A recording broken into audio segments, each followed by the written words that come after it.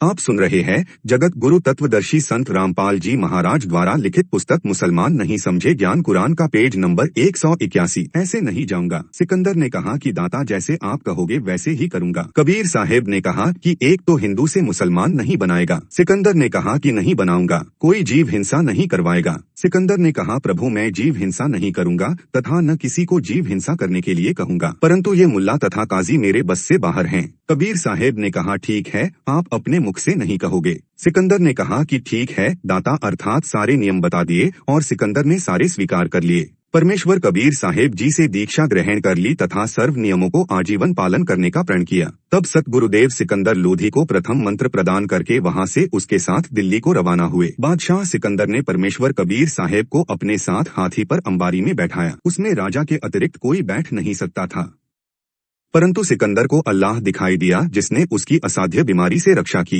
उसके सामने मुर्दा स्वामी रामानंद जीवित कर दिया। जब सिकंदर लोधी के धार्मिक गुरु शेख्तकी को पता चला कि राजा स्वस्थ हो गया और इसके सामने कबीर परमेश्वर ने स्वामी रामानंद जी का कटा शीश जोड़कर जीवित कर दिया, उसने सोचा कि अब मेरे नंबर कटेंगे, अर्थात मेरी महिमा कम हो जाएगी, मेरी कमाई तथा प्रभुता गई। शेख्तकी को साहेब कबीर से ईर्ष्या हो गई। वह विचार करने लगा कि किसी प्रकार इसको नीचा दिखाऊं ताकि सिकंदर के हृदय से यह उतर जाए, मेरी प्रभुता बनी रह जाए। राजा के साथ सभी वहां से दिल्ली के लिए चल पड़े। रास्ते में रात्रि में एक दरिया के किनारे रुक गए। सोचा कि रात्रि में विश्राम करेंगे। सुबह चलने का इरादा करके वहां पर पड़ाव लगा दिया। मृत लड़के कमाल को जीवित करना। शेख्तकी महाराजा सिकंदर से मुख चढ़ाए फिर रहा था। सिकंदर ने पूछा कि क्या बात है पीर जी। शेख्तकी ने कहा कि क्या तुझे बात नहीं मालूम। सिकंदर ने पूछा कि क्या बात है। शेख्तकी ने कहा कि यह तेरे साथ कौन है। सिकंदर ने कहा कि ये तो भगवान अल्लाह है। शेख्तकी ने कहा कि अच्छा, अल्लाह अब आकार में धरती पर आने लग गया। अल्लाह कैसे है। सिकंदर ने कहा कि पहले तो अल्लाह ऐसे कि मेरा रोग ऐसा था कि किसी से भी ठीक नहीं हो पा रहा था। इस कबीर प्रभु ने हाथ ही लगाया था, मैं स्वस्थ हो गया। शेख्तकी ने कहा कि ये जादूगर होते हैं। सिकंदर ने फिर कहा दूसरे अल्लाह ऐसे हैं कि मैंने उनके गुरुदेव का सिर काट दिया था और उन्होंने उसे मेरी आंखों के सामने तुरंत जीवित कर दिया। शेख्तकी ने कहा कि अगर यह कबीर अल्लाह है तो मैं इसकी परीक्षा लूंगा। यदि कबीर जी मेरे सामने कोई मुर्दा जीवित करे तो इसे अल्लाह मान लूंगा, नहीं तो दिल्ली जाकर मैं पूरे मुसलमान समाज को कह दूंगा कि यह राजा काफिर हो गया है। आप सुन रहे हैं जगत गुरु तत्वदर्शी संत रामपाल जी महाराज द्वारा लिखित पुस्तक मुसलमान नहीं समझे ज्ञान कुरान का पेज नंबर 182।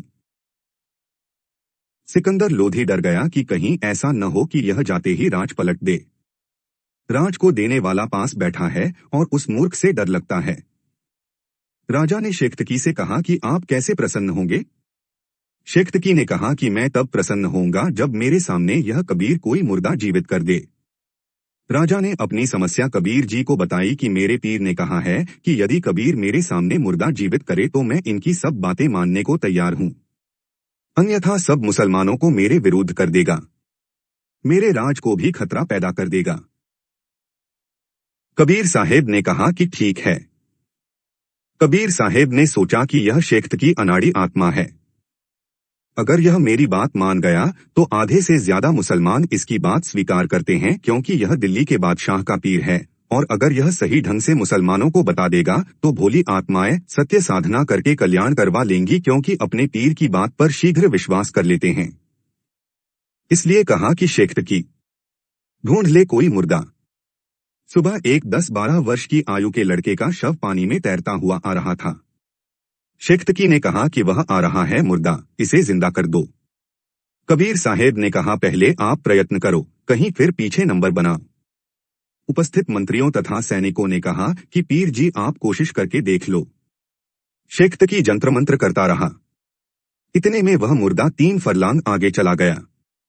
शेख्तकी ने कहा कि यह कबीर चाहता था कि यह बला सिर से टल जाए। कहीं मुर्दे जीवित होते हैं। मुर्दे तो कयामत के समय ही जीवित होते हैं। कबीर साहेब बोले शेख जी आप बैठ जाओ, शांति करो। कबीर साहेब ने उस मुर्दे को हाथ से वापस आने का संकेत किया। 12 वर्षीय बच्चे का मृत शरीर दरिया के पानी के बहाव के विपरीत चलकर कबीर जी के सामने आकर रुक गया। पानी की लहर नीचे नीचे जा रही और शव ऊपर रुका था। कबीर साहेब ने कहा कि हे जीवात्मा जहां भी है, कबीर हुक्म से मुर्दे में प्रवेश कर और बाहर आ। कबीर साहेब ने इतना कहा ही था कि शव में कंपन हुई तथा जीवित होकर बाहर आ गया। कबीर साहेब के चरणों में दंडवत प्रणाम किया। बोलो कबीर परमेश्वर की जय। सर्व उपस्थित जनों ने कहा कि कबीर साहेब ने तो कमाल कर दिया। उस लड़के का नाम कमाल रख दिया।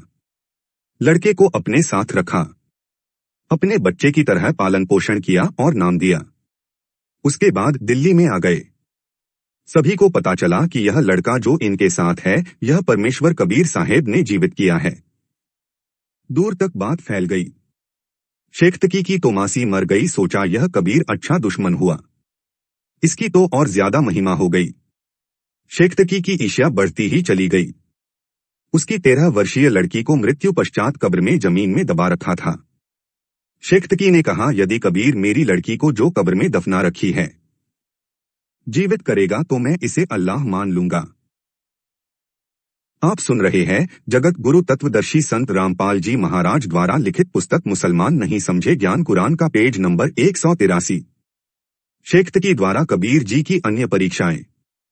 कमाली के पहले के जन्म। पूर्ण मुक्ति पूर्ण संत बिना असंभव। सतयुग में कमाली वाला जीव विद्याधार पंडित की पत्नी दीपिका थी। फिर त्रेता युग में ऋषि वेदविज्ञ जो विद्याधार वाली ही आत्मा थी की पत्नी सूर्या थी। सत्ययुग तथा त्रेता में परमात्मा कबीर जी बालक रूप में इन्हीं को प्राप्त हुए थे। तत्पश्चात अन्य जीवन धारण किए तथा कलयुग में मुसलमान धर्म में राबी लड़की का जन्म हुआ। उसके पश्चात एक जीवन वैश्या रूप में जिया। फिर बंसुरी नामक लड़की का जन्म हुआ। फिर कमाली नामक शेख्तकी की लड़की हुई। राबिया के प्रमाण में साखिया संत गरीबदास साहेब द्वारा रचित ग्रंथ साहेब से पारख के अंकी वाणी क्रमांक 56 से 59। गरीब सुल्तानी मक्के गए, मक्का नहीं मुका। गया रांड के लेन को, कहे अधम सुल्तान। 56।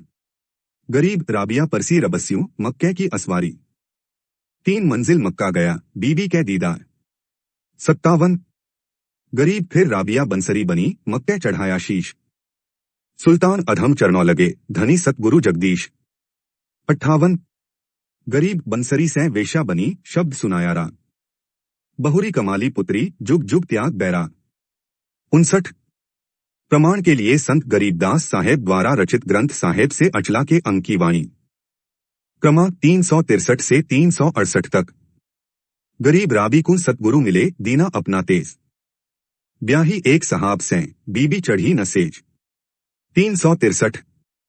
गरीब राबी मक्के कौन चली, धरिया अल्लाह का ध्यान। कुत्ती एक प्यासी खड़ी, छुटे जात हैं प्राण। 364। गरीब केश उपारे शीश के, बाटी रस्सी बीन। जाके बस्त्रा बांधी कर, जल काढ़िया प्रबीन। 365। गरीब सुनही कौन पानी पिया, उतरी अरस आवाज। 3 मंजिल मक्का गया, बीबी तुमरे काज। 366। गरीब बीबी मक्के पर चढ़ी, राबी रंग अपार। 1,80,000 जहां, देखे सब संसार। 367। गरीब राबी पटरा घाली कर, किया जहां स्नान। 1,80,000 बहे, मंगर मल्या सुल्तान। 368। उपरोक्त वाणियों में निम्न कथा का संक्षिप्त वर्णन है। आप सुन रहे हैं जगत गुरु तत्वदर्शी संत रामपाल जी महाराज द्वारा लिखित पुस्तक मुसलमान नहीं समझे ज्ञान कुरान का पेज नंबर 184। एक राबी नाम की लड़की मुसलमान धर्म में उत्पन्न हुई। जब उसकी आयु 16 वर्ष की थी तो उसे पूर्ण परमात्मा कबीर साहेब मिले। प्रभु में बहुत प्रेम था। रोजा रखना, नमाज करना, ईद मनाना जो परंपरागत साधना धर्म अनुसार थी, वह पूरी लगन से किया करती थी। तब कबीर साहेब ने बताया, बेटी यह साधना प्रभु पाने की नहीं है। सारी सृष्टि रचना सुनाई तथा सत भक्ति का मार्ग बताया। उस लड़की राबिया ने उपदेश ले लिया। फिर 4 वर्ष सत साधना करके समाज के दबाव से लोकलाज के कारण सतमार्ग छोड़ दिया तथा वही परंपरागत साधना पुनः शुरू कर दी। उस लड़की की आस्था प्रभु में इतनी प्रबल थी कि शादी से मना कर दिया।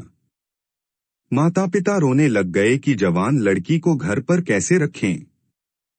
माता पिता को आवश्यकता से अधिक परेशान देखकर राबिया ने शादी की स्वीकृति दे दी।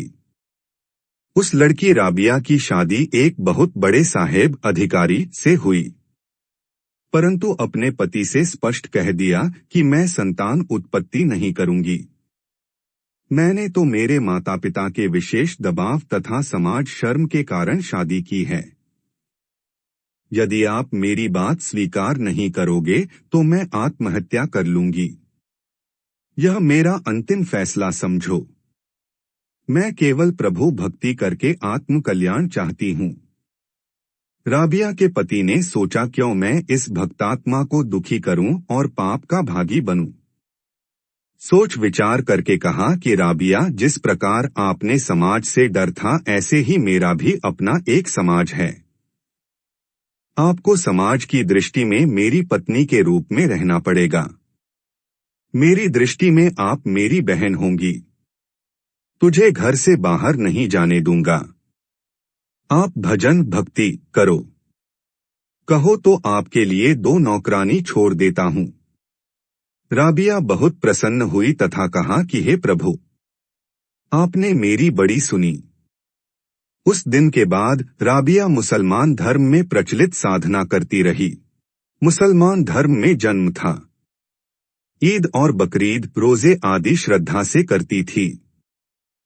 जब 50 वर्ष से ऊपर की आयु हो गई, तब अपने पति से कहा कि कहते हैं कि मक्का में जाना अति आवश्यक होता है। अब न जाने प्राण कब निकल जाएं। एक बार मैं हज करना चाहती हूँ। उसके पति ने कहा कि आप जा सकती हो। कहो तो आपके लिए कोई ऊंट की व्यवस्था करवा देता हूँ। राबिया ने कहा कि मैं पैदल यात्रा करूंगी। अन्य भी बहुत यात्री जा रहे हैं। उसके पति ने कहा कि आप जा सकती हो। राबिया ने मक्के में हज के लिए प्रस्थान किया। रास्ते में देखा एक कुत्तिया बहुत प्यासी थी। वह कुत्तिया कभी राबिया के पैरों की ओर दौड़कर आ रही थी, कभी कुएं की ओर जा रही थी। राबिया समझ गई कि यह कुत्तिया बहुत प्यासी है। साथ में इसके छोटे छोटे बच्चे भी नजर आ रहे थे। इसको जल प्राप्त नहीं हुआ तो ये प्राण त्याग जाएगी, इसके बच्चे भी मर जाएंगे। भक्तात्मा में दया बहुत होती है। राबिया कुएं पर गई। वहां देखा न वहां बाल्टी थी और न ही कोई रस्सा था। आसपास कोई गांव भी नजर नहीं आ रहा था। आप सुन रहे हैं जगत गुरु तत्वदर्शी संत रामपाल जी महाराज द्वारा लिखित पुस्तक मुसलमान नहीं समझे ज्ञान कुरान का पेज नंबर 185। राबिया ने आव देखा न ताव अपने सिर के बालों को उखाड़कर एक लंबी रस्सी बनाई। अपने ही कपड़े, क्योंकि उस समय मोटे खादी के कपड़े पहना करते थे, उतार कर रस्सी से बांधकर कुएं में जल से भिगोकर बाहर निकाले और एक मटके का टूटा हुआ आधा हिस्सा वहीं पर रखा था उसको भर दिया। कुत्तिया ने बहुत शीघ्रता से पानी पिया। राबिया का सारा शरीर लहूलुहान हो गया। अपने कपड़ों से सारे शरीर को पोंछकर और उन कपड़ों को धोकर कर पहन लिया तथा जैसे ही चलने के लिए तैयार हुई, इतने में वह मक्का ज्यों का त्यों मकान, पवित्र मस्जिद, वहां से उठकर राबिया के लिए उस कुएं के पास आ गया। आकाशवाणी हुई कि हे भक्तमती, तेरे लिए वह मक्का 3 मंजिल अर्थात 60 मील से उड़कर आया है। आप इसमें प्रवेश करो। राबिया ने उसमें प्रवेश किया। मक्का वहां से उठा, वायुयान की तरह उड़कर वापस यथास्थान पर आ गया। इस लीला को देखकर समाज में एक विशेष चर्चा हो गई कि भक्ति हो तो राबिया जैसी मुसलमान समाज में मीराबाई की तरह राबिया का नाम आदर के साथ लिया जाने लगा। सभी उसका विशेष सत्कार करने लगे। कुछ समय पश्चात राबिया ने प्राण त्याग दिए। दूसरा जन्म मुसलमान धर्म में एक बंसुरी नाम की लड़की का हुआ, क्योंकि जहां जीव के संस्कार होते हैं वहीं उसकी उत्पत्ति होती रहती है। इतनी अच्छी धार्मिक वृत्ति की लड़की बहुत अच्छे प्रभु के गुणगान करती थी और अपनी धार्मिक पूजा मुसलमान धर्म के अनुसार पूरी आयु करती रही। उस लड़की ने भी लोकवेद के आधार से यही सुना था कि यदि मक्का में प्राण निकल जाए तो उसके लिए जन्नत का द्वार खुल जाता है, यानी वह जीव सीधा स्वर्ग बहिष्ठ जाता है। वृद्ध होने पर हज करने मक्का में गई। सोचा कि इससे अच्छा सुअवसर और क्या होगा। यदि मक्का में प्राण निकल जाएं और स्वर्ग प्राप्ति हो जाए।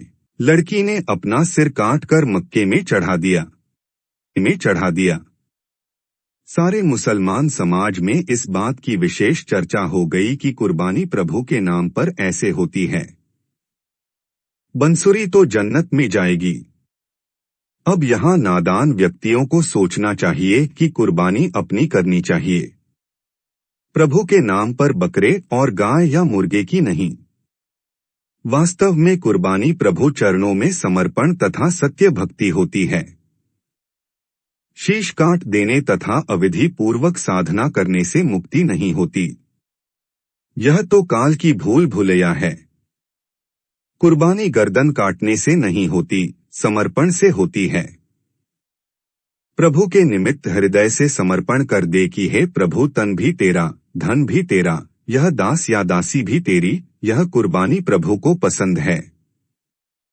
हिंसा, हत्या प्रभु कभी पसंद नहीं करता। उसके बाद उसी लड़की राबिया का तीसरा जन्म अन्य समाज में हुआ। कर्म आधार पर वैश्या बनी। पूर्ण परमेश्वर सतपुरुष कबीर साहेब ही जीव के पाप कर्म काट सकता है, अन्य नहीं काट सकते। जैसे हिंदुस्तान का राष्ट्रपति फांसी की सजा को भी क्षमा कर सकता है, अन्य सजाएं तो कहना ही क्या है। अन्य कोई भी फांसी की सजा को क्षमा नहीं कर सकता। इसी प्रकार पूर्ण परमात्मा परम शक्तियुक्त कबीर साहेब हमारे सर्व दुखों का निवारण कर सकते हैं। अन्य कोई खुदा किस्मत में लिखे कष्ट को समाप्त नहीं कर सकता।